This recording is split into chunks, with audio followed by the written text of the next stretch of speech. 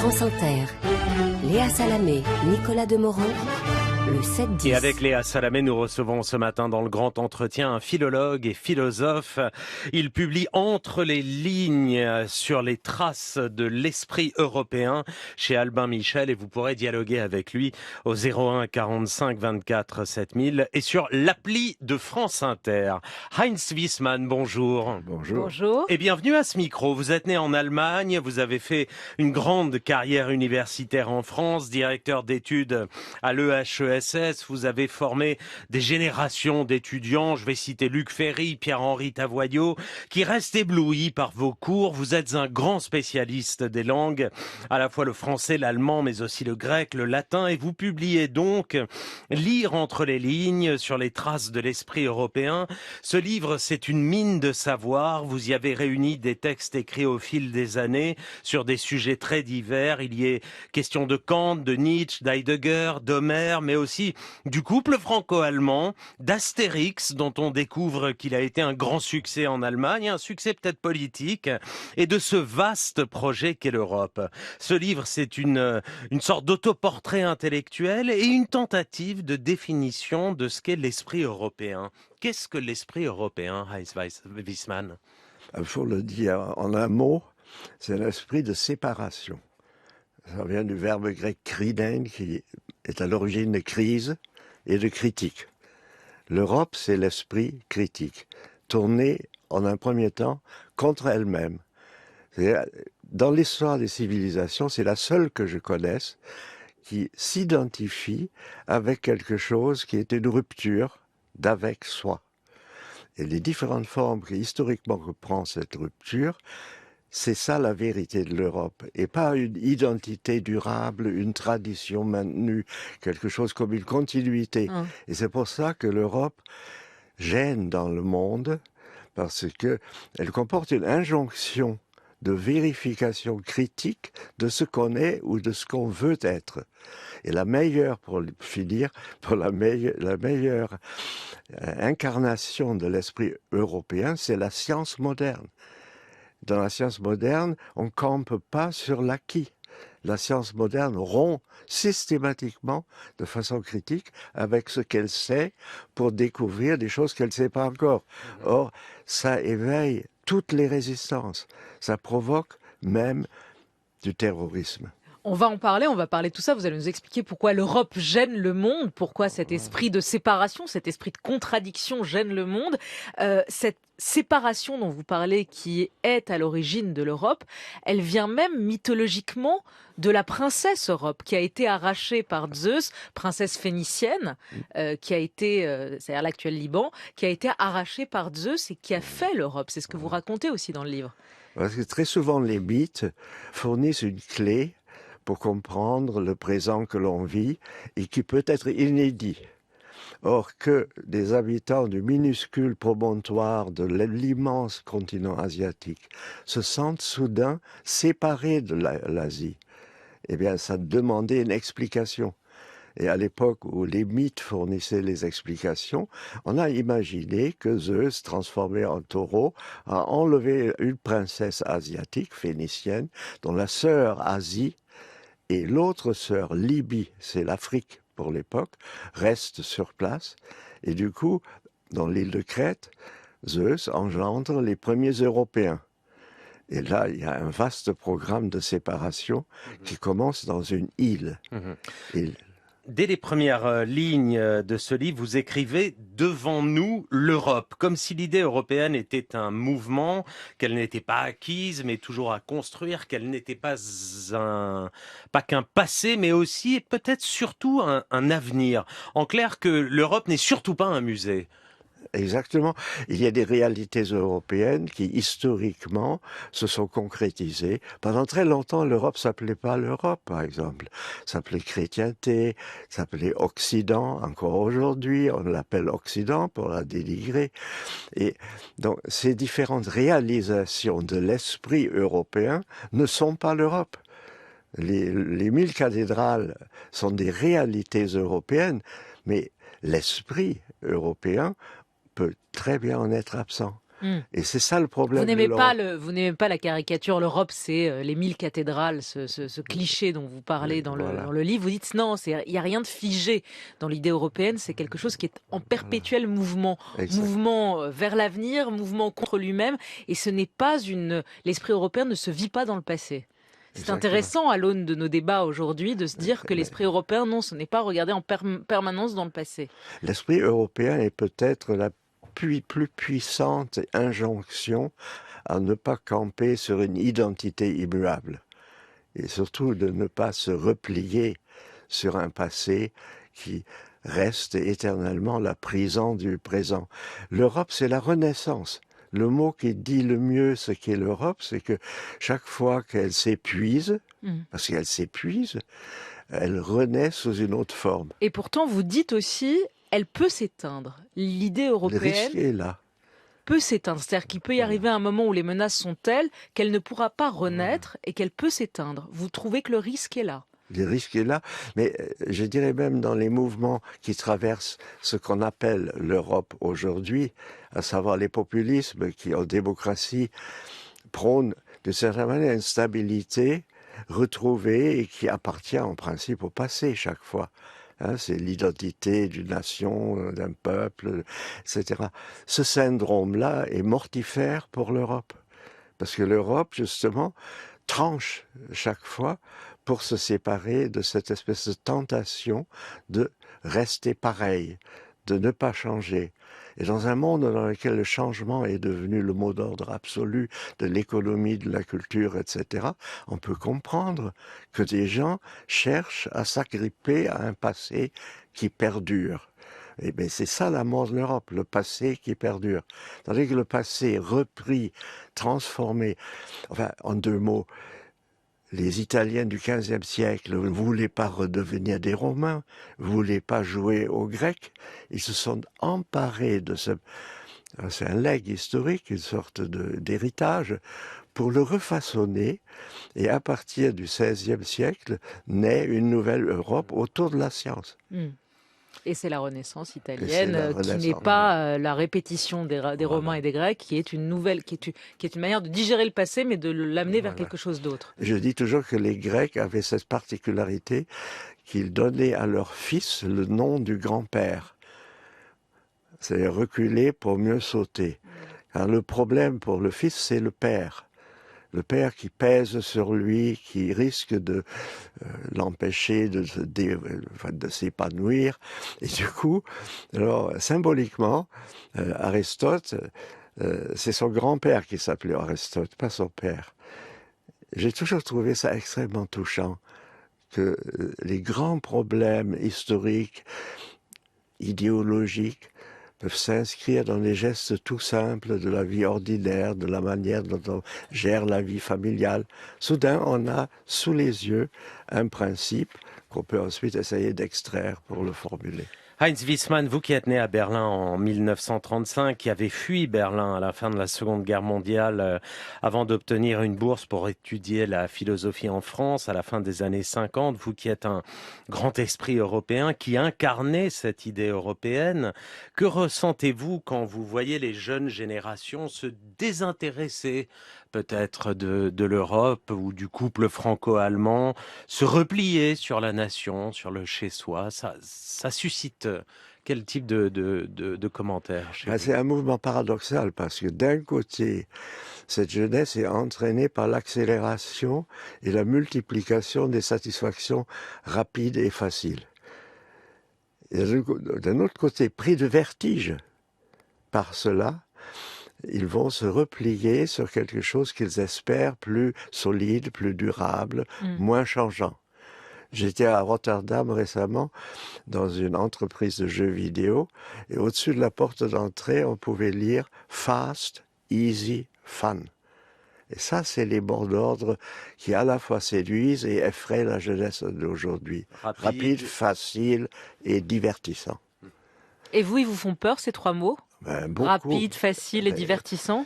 En tant que père de famille, par exemple, un de mes soucis a été très, très vite de préserver, dans la mesure du possible, mes propres enfants contre cette tentation qui s'apparente à la drogue. C'est exactement la même accélération des satisfactions éphémères. Et ce qu'il y a eu en 68, d'ailleurs, parmi mes étudiants, il y en avait certains qui sont pris de vertige devant l'injonction de jouir à tout instant. Le fameux Paradise Now. Ils sont partis dans le Larzac faire comme on a fait, selon leur imaginaire, depuis toujours, du fromage de chèvre. Et je trouve extrêmement intéressant que la jeunesse peut être prise dans une espèce de clivage mental et affectif, où d'un côté, elle est entièrement entraînée dans cette accélération des changements rapides, et de l'autre, cherche une sécurité à trouver dans le passé. La promesse de l'extrême droite en Europe n'est pas une promesse de changement. Ça, c'était depuis Giscard, on se faisait élire en France jusqu'au changement maintenant de Hollande sur le thème du changement. Plus aujourd'hui. Aujourd'hui, on va se faire élire sur le changement du retour aux fondamentaux, à ce qui ne change pas. Et ça, c'est un jeu de bascule qu'on peut observer dans l'histoire.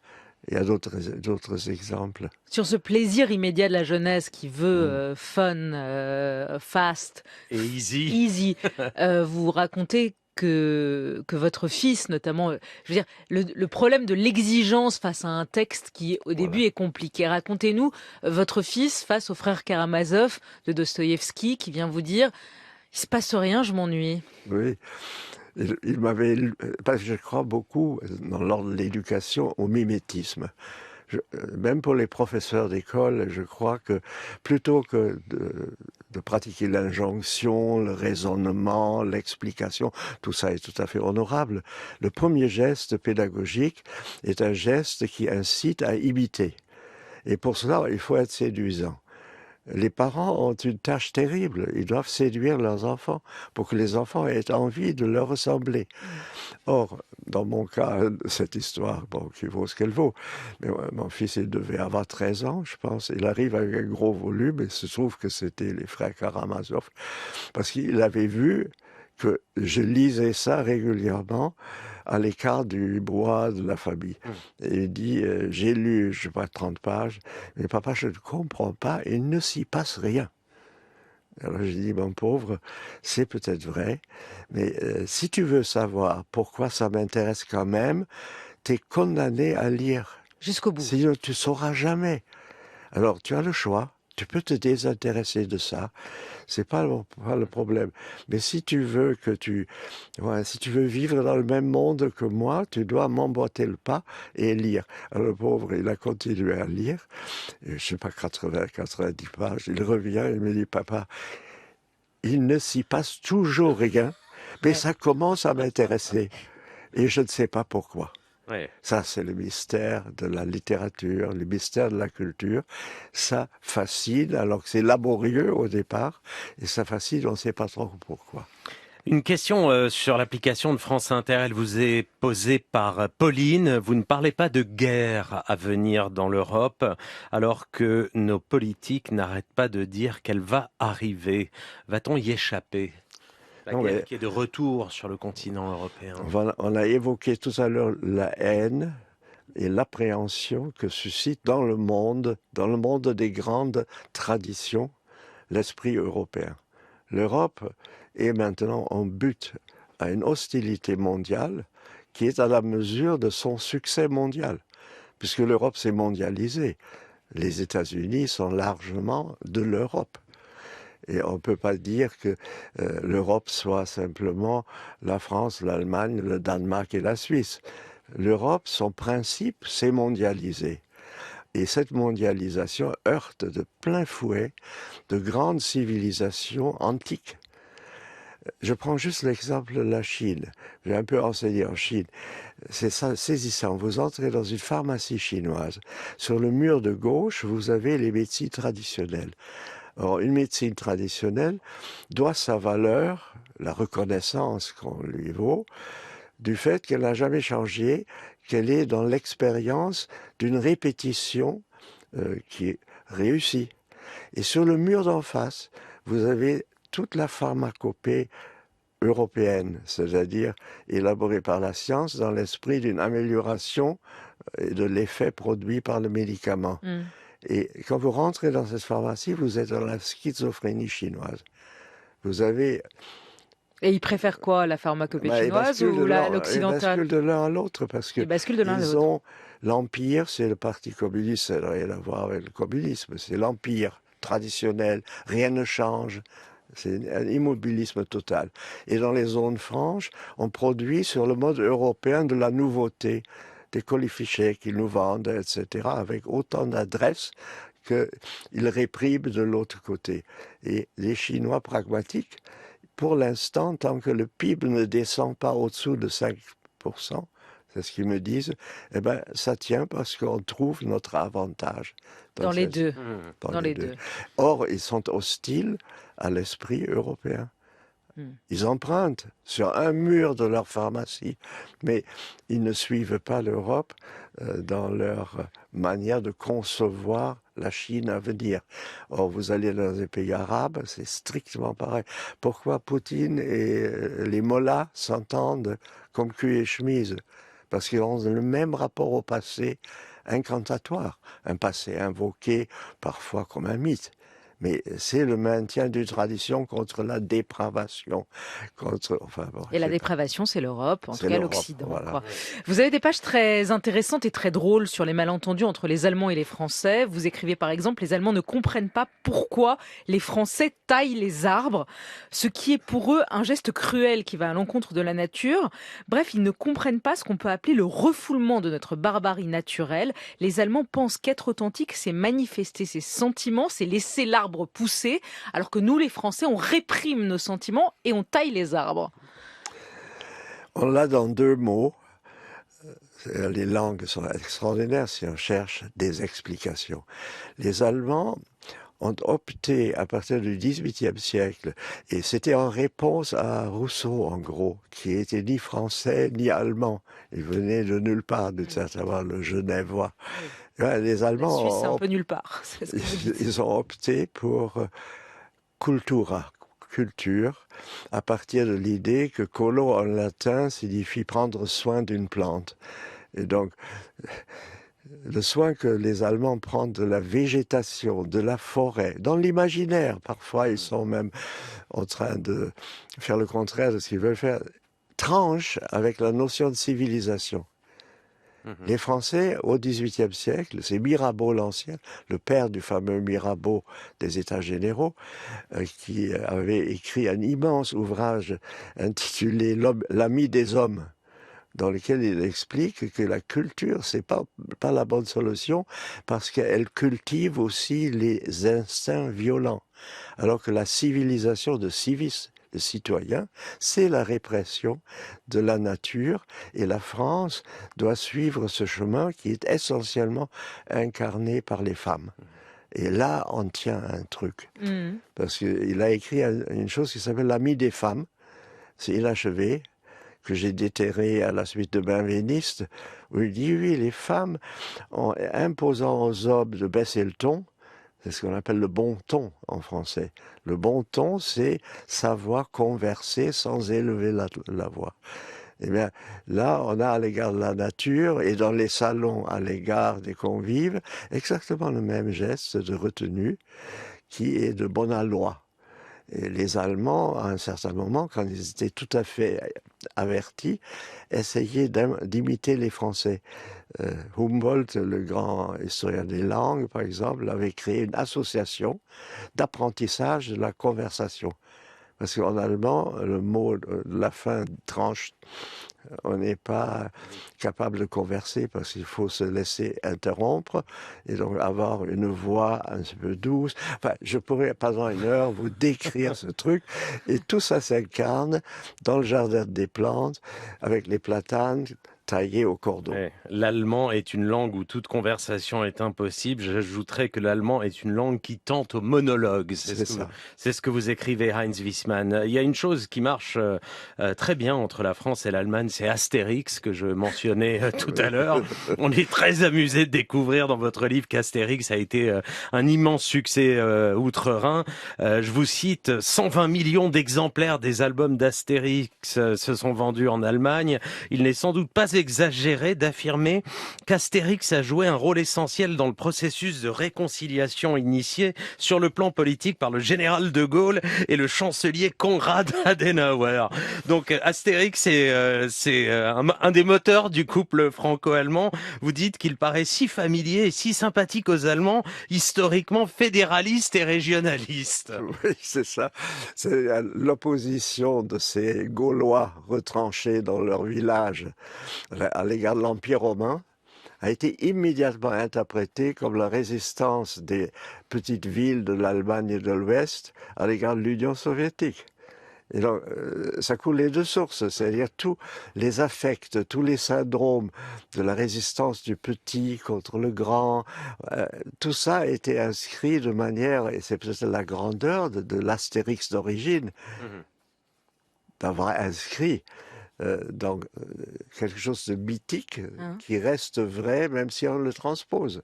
Et les Allemands, mais ça n'a pas fait un pli. Ils ont transposé instantanément Astérix dans la situation de la République fédérale face à l'Union soviétique.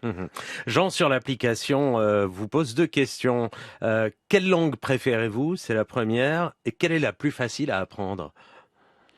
Ah, c'est une belle question. Je préfère aucune des deux. Je prône d'ailleurs dans le livre précédent, là, la pensée entre les langues, le funambulisme linguistique, c'est-à-dire entre deux langues, comme un funambule, on emprunte une corde raide avec le risque de dévisser, parce qu'on cherche de l'autre côté, dans l'autre langue, quelque chose qui nous manque dans notre langue de départ.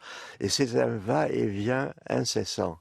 Et on ne peut absolument pas dire que l'une ou l'autre langue a notre préférence. Une fois qu'on est engagé dans le va-et-vient, on est constamment happé par l'autre langue, par la promesse de l'autre langue, puisque aucune langue ne contient tout ce qu'elle veut dire. Et laquelle est plus facile à apprendre? Ça dépend vraiment de l'état d'esprit. Ah non, c'est quand même plus facile d'apprendre le français, non?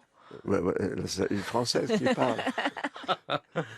Non, l'allemand, moi j'ai enseigné l'allemand philosophique pendant des années à la Sorbonne. Et tous mes anciens étudiants se souviennent de ça, parce qu'ils découvraient avec étonnement que, munis de 5 principes de construction syntaxique et d'un dictionnaire à peu près correct, ils pouvaient lire Kant sans problème, très lentement, mais sans problème et sans risque de se tromper. Parce que l'allemand est la langue la plus construite qu'on puisse imaginer.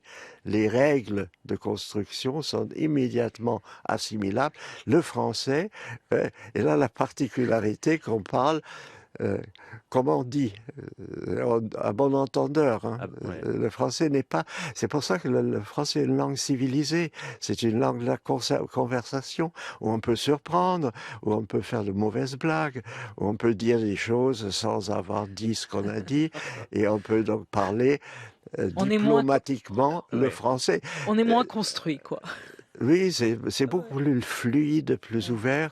Et parfois, on tombe, quand on passe de l'allemand au français, on tombe sur de vraies merveilles qui manquent en allemand.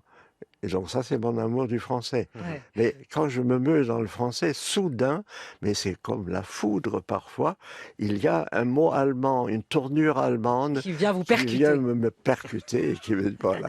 Passionnant, Heinz Wiesmann. Merci infiniment d'avoir été au micro d'Inter ce matin. Lire entre les lignes sur les traces de l'esprit européen est publié chez Albin Michel. On aurait adoré, je crois, avec Léa, apprendre l'allemand avec vous. Même l'allemand philosophique. Merci encore.